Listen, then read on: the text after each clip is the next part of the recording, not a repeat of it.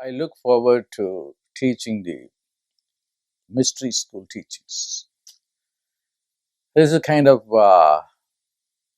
my dream come true, this particular course. And what is the dream? The dream is to bring the dream of Einstein. Einstein wanted to bring religion and science together. He was right in saying that where science ends, their religion begins. It's kind of interesting to look at my own life. I started out with religion, went into science, came back to religion, and I'm at a point in my life where I'm able to see the possibility for integration of the two. That's why I'm going back to the mystery school, which unfortunately has been buried deep by modern science. Now, mystery school is regarded as superstition, and what is real is science. This is wrong. Why? Because science has no methodology to study the spiritual phenomena. The science can only study the material things, and what cannot be seen is outside the domain of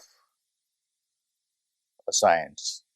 Equations can be written about spaces, but can anybody see the spaces? The Tamil Siddhas and the yogis were able to see the different spaces, innumerable spaces beyond the three-dimensional space that Einstein talked about, along with the fourth dimension, time. But what is the advantage? If you go and understand the different dimensions of the space, you can understand the corresponding dimensions of time. And I have talked about it in my presentation of timeline jumping and courses that I have taught on time. But now what I'm going to do is bring both of them together. Time as it can be understood by modern physics, quantum physics, and then what the mystery schools have to talk about on time. Just look at the concept of numbers. The whole science will fall apart. Modern science will fall apart if we just remove the concept of numbers. We cannot even organize our space. So, to give you a very simple example, if you don't have an address to a house, and how can you get there? You should have the number of the house. And if you cannot count your money, no transaction can happen. So numbers are at the root of organization. But we only know the mathematics of numbers. But mathematics itself is not just arithmetics or counting. It has a spiritual dimension to it. The mystery schools knew about the spiritual dimension of numbers. Pythagoras had his own number theory. And the number theories in the Siddha tradition is has its own economics, and I'm going to talk about that too in that course. How certain numbers have the power to attract more and more wealth without depleting wealth, and this is something very practical to understand the sacred dimension of the dimensions of the numbers. They had theories that talk about the karma of numbers and how they can organize or even change your destiny. So this as far as the methodology is concerned, I'm going to kind of introduce you to John E. Mack. I've talked about him. He was a famous psychiatrist from Harvard and who had a very tragic death, hit by a truck and died. But while he was at Harvard, he fought against the bureaucracy and the arrogance of the scientists and tried to bring in science and religion together. And his domain is abduction.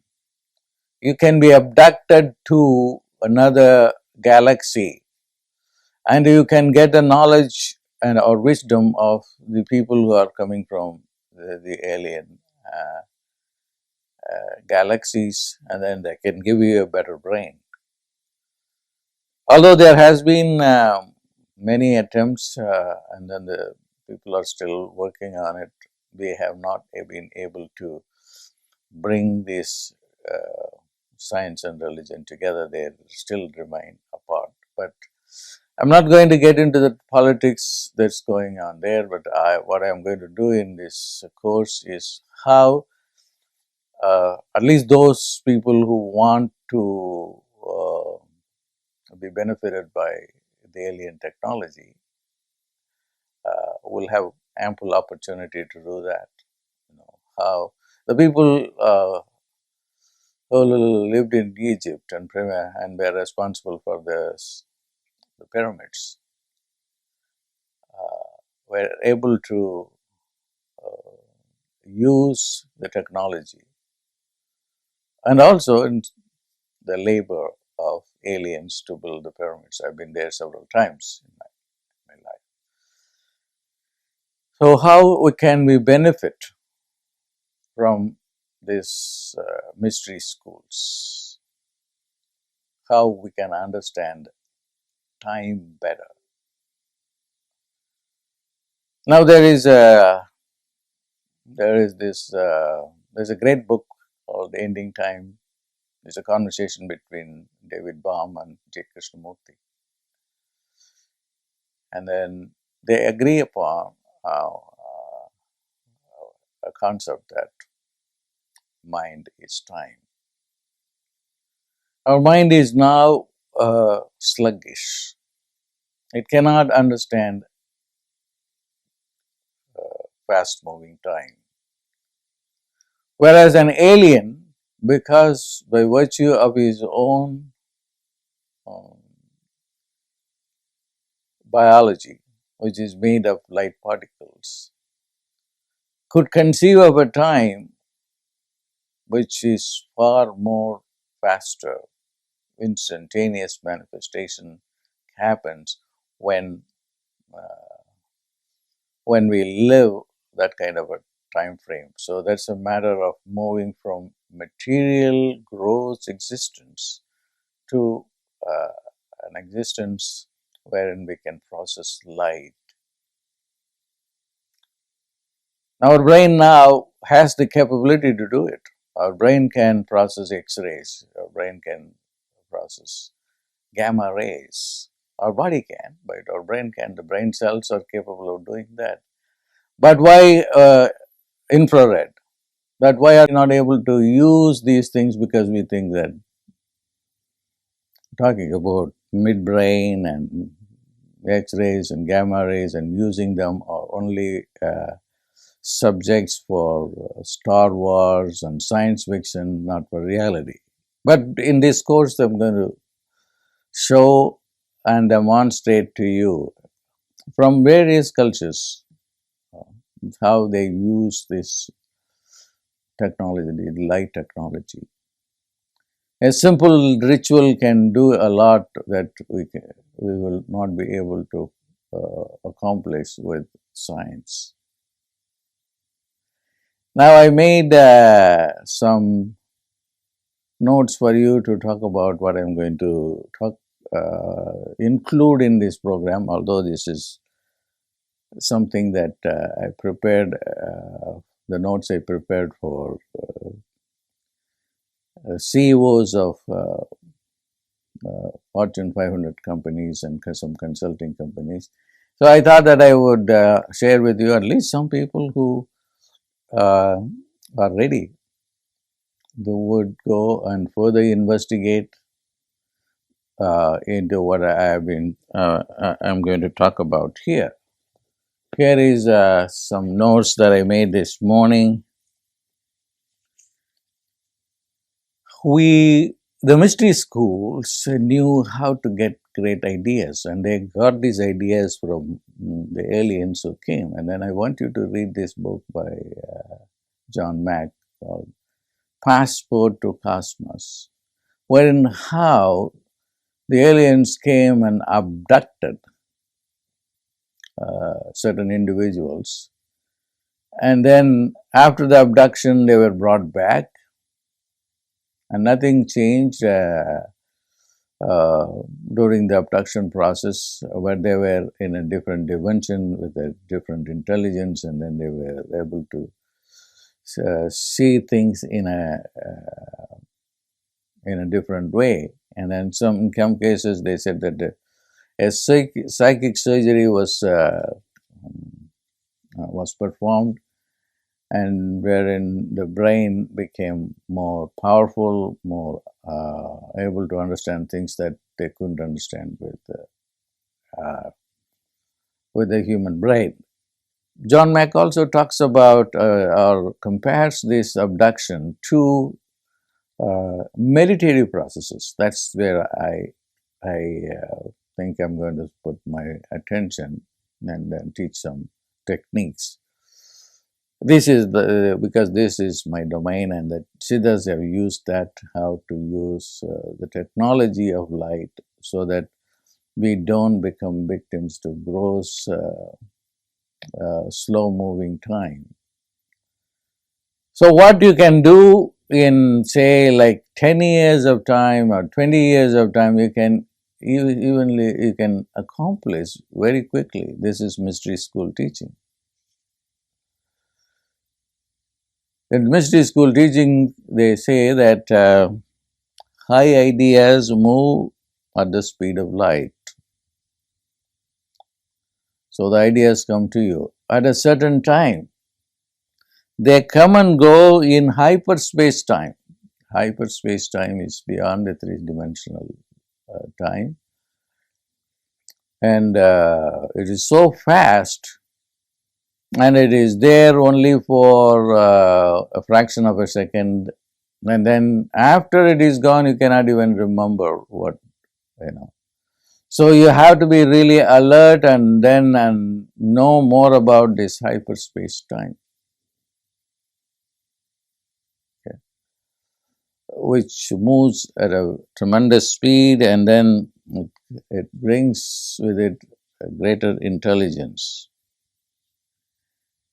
The problem with this hyperspace intelligence and time is that you cannot restore it in your memory unless you have a different brain. So there is an opportunity here that we can, by infusing more light into the brain, we can even evolve the human brain better. Now we don't use the brain, maybe even 5 to 10% of the brain is only functional. The rest of the brain is not functional. And the whole civilization has been structured following the material sciences methodology of rationality. And what it doesn't belong to rationality or the paradigm of logic, cause and effect. Those realities don't exist. This is ridiculous. Okay, so my mystery teachings will focus on the limitations that our modern civilization, in spite of the fact they have helped us with science and technology, they have not given us the benefit of utilizing the whole intelligence that the human being, that the human brain is capable of. older civilizations, ancient civilizations, they worked with these aliens, and the aliens helped them to understand it better than our scientists. So, my incarnation at this time on planet Earth is to bring that together. We have now completely ignored alien technology. Also, there are books written about it. The David Wilcox has written a lot of books, and then talks about how different governments are working with space aliens, and they are not making it for public knowledge. And Hellier, who was the former defense minister, I believe, of Canada, has come up with books and made presentations in Canadian Parliament. The real advantage that we have in working with this alien intelligence. But don't get frightened by alien intelligence because you have certain idea of aliens with people who look very tiny and with large eyes and frightening features. Aliens is simply me and people who are coming from different galaxies, and there are so many Earth planes also outside, according to the Siddhas. And the people who live in other Earth planes, they are far more advanced than we are in our computers. Our computer is worthless by the standard of people living in other Earth planes, in other domains. So my ambition is how we can benefit from that, and then also convince the governments so that the government should come together and then work towards the betterment of the human race through our own evolution. That's very important. There is no need to suffer a lot. And our economic system is flawed. Our social system is flawed. Our educational system is flawed. It's all geared towards rationality and logic. So we have to come up with paradigms that allow us to get beyond that and then understand different space and different time, not only in mathematical equations that cannot be understood except through mathematics, but also able to experience what they are. So neuroscience is going to play a vital role, wherein we are going to understand how we can improve on on our intelligence. Intelligence is a matter of chemistry. Our chemistry, we have never understood this. For the Siddhas, intelligence is chemistry. And then these chemicals, we have not been able to understand what they are, because the mystery schools have a different way of understanding them and describe them in terms of alchemy. But we are now tied down to certain known neurotransmitters, and then what they do to us. For instance, if the cortisol, for instance, stresses the system, depresses coming from the adrenal gland. And then we know about serotonin, and that gives you a good sense of feeling, and then melatonin that gives you to gets you to sleep, or oxytocin that makes you experience sensual experience, and then So only a few transmitters have been known, and that also we have not understood properly. So whereas the Siddhas have been able to identify certain herbs carrying chemicals, they don't have the name for it as the chemical, but they know this plants and that carry the chemicals. One is bacopa, they call the herb of the goddess of education. Bacopa can revitalize your brain, and then there are so many of them, and that the mystical schools had known. So I am going to also make those the list of those herbs available, and then they can transport to you to a different dimension. And then the numbers associated with them, because and then a different organization of our space-time reality. All these things are going to be part of the teaching program that will be taught under this title, Mystery School Teachings. I'm not going to just talk about only Indian material. I'm going to also include material from the Egyptian tradition. The Egyptian tradition is very, very powerful one. And also I'm going to include teachings from the Old Testament, from also Kabbalah. So it will be a very holistic approach. I'm not going to just dump science, but I'm going to use science to illustrate the teachings from the mystery schools, so that we have both science and religion come together. So we are not going to struggle hard to maintain our health, to make money, and in our relationship problems. All these can be looked at from a very different perspective, and that perspective emerges out of the combination of science and religion, or religion and science. I also encourage you to go and watch a video that I have made for Facebook on I woke up in the morning at 2:30, and then I did this 18 minutes video on especially for those who are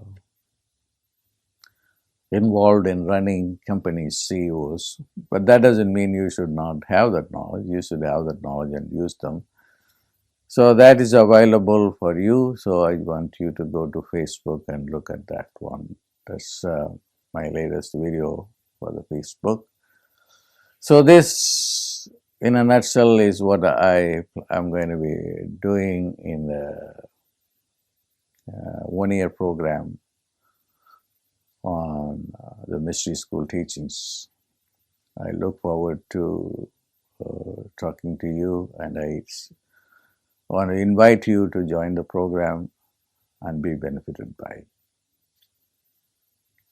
God bless.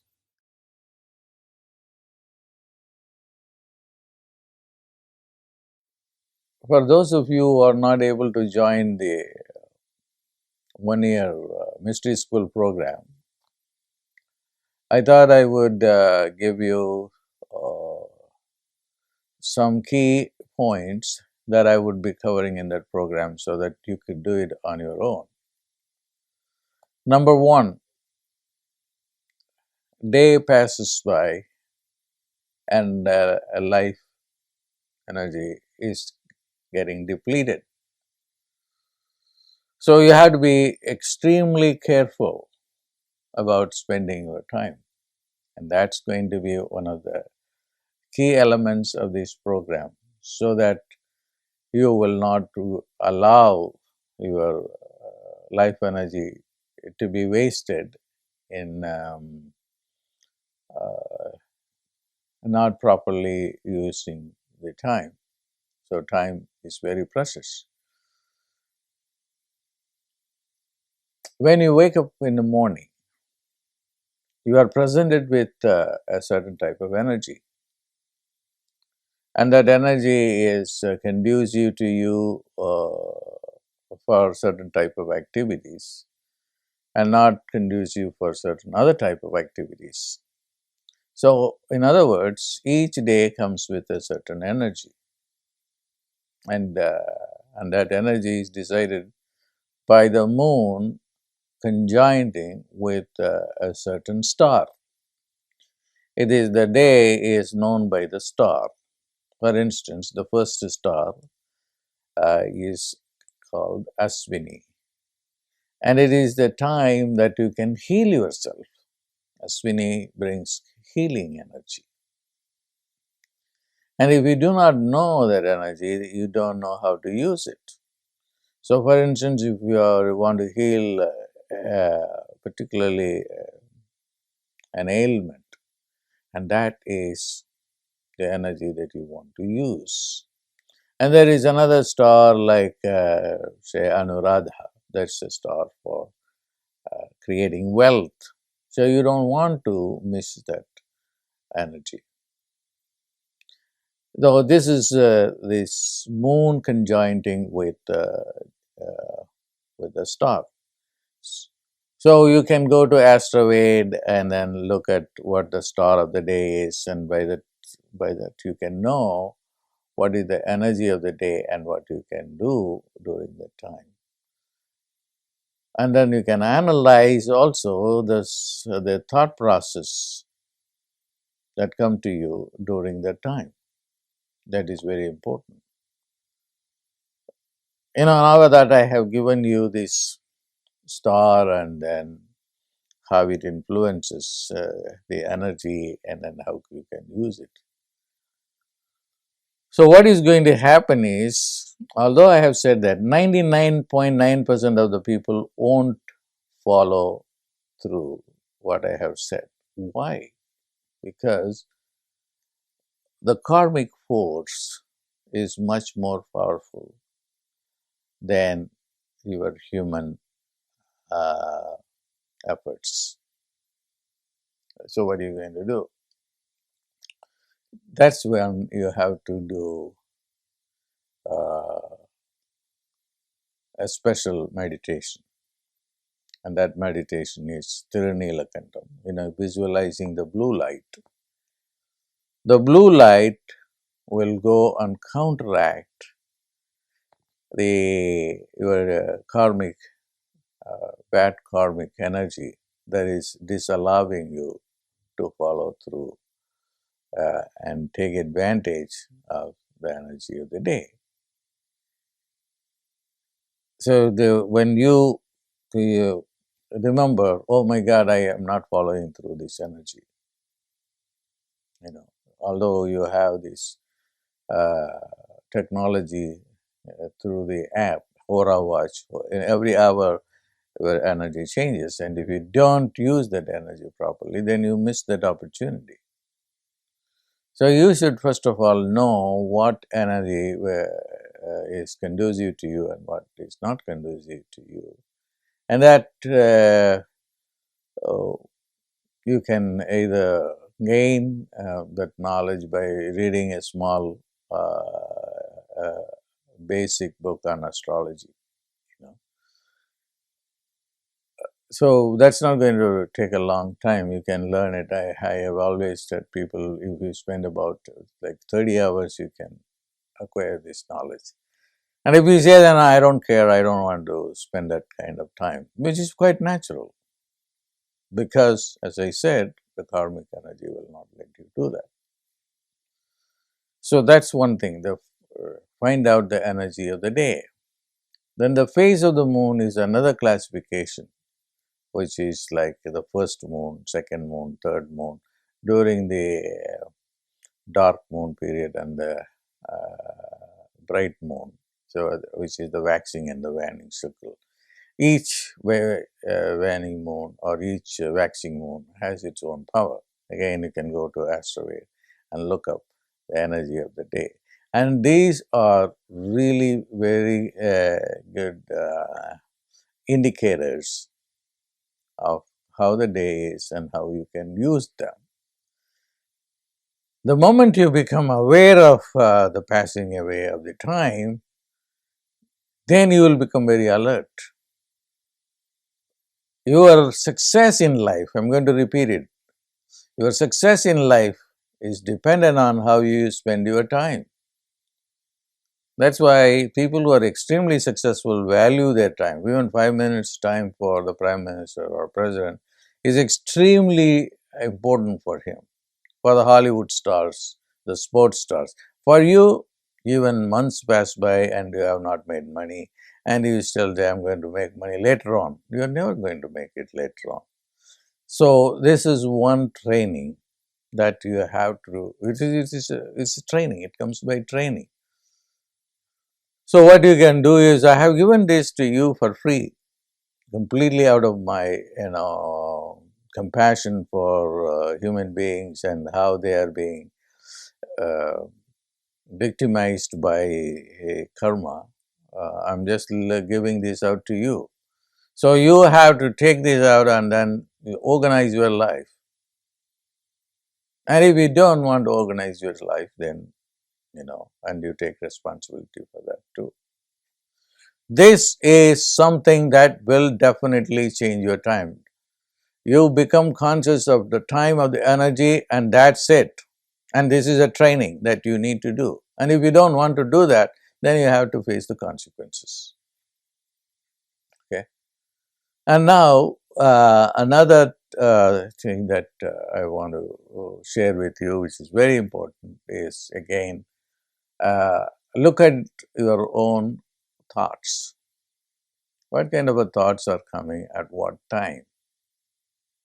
This is again a training. So there you have a Hora watch, which is available to you. Then every Hora means hour. Thoughts are coming to you. What thoughts are coming to me during the Venus Hora? What thoughts are coming to me during the Saturn Hora? Okay, and watch this, and then you will see that the good horas for you always give you good results. So you have to again keep that in mind and use it. And again, that needs discipline. So everything bottom line, is discipline. And if discipline is not there, then life will be miserable. Okay. Third training. The third training is this is something from John Mack. What is the difference between people who lived in the pre-modern civilization where people had great contact with the divine, even the Mexican civilization or the Mayans, the Mayans, for example, they had great relationship with the divine. And I was just reading John Mack's book, The Passport to Cosmos. He says, the shaman comes and then says, hey ho, he calls the god. And then he expects a reply from the god, and then he gets a reply.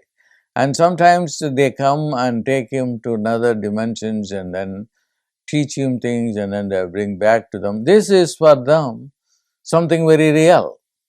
Now, what science has done to us is that, no, this is not, this is hallucination or superstition. So, what do? You are not going to uh, pay attention to that. So, that help that is available for us, we have completely, because of our scientific civilization, we have ignored it. So, I want you to also treat, even if you have a cross or a Buddha, statue of a Buddha or Shiva or Lakshmi, treat them as real, and then communicate with them. And then you will see the whole mindset changes, and then the results are there. So you can create everything that you want to create by sheer faith in what you are doing. Faith is everything. Faith creates. That's why Jesus said, if you have faith like a mustard seed, you can create. You can move the mountain. But if you don't have by faith, life is miserable. Because lack of faith makes you depressed, and then also keeps you to stay in the analytical brain, and miracles will not be part of you. If you want miracles to be part of you, you have to see how your faith is tied to miracles. And you should expect a miracle. I used to stay in Hollywood. At the time, this girl who has created a lot of miracles in her life, on her refrigerator, and there was a sticker. The sticker said, "Expect a miracle every day." And she said that she does expect miracle every day, and then it's happening most of the days. And people in whose life there are no miracles is because they don't expect miracles. So that's again another training that you need. Just put everywhere, expect a miracle. Expect a miracle for which you are not responsible. The miracles are coming from God. So now I have given you a few steps, and then if you just follow this, although I have taken only a few minutes to explain it, but to follow it on a daily basis requires discipline and time. But if you do that, you are going to be successful. This is what these are some of the main points that I will be covering in the mystery school. And for those of you, who can do that, this training will be very helpful. God bless.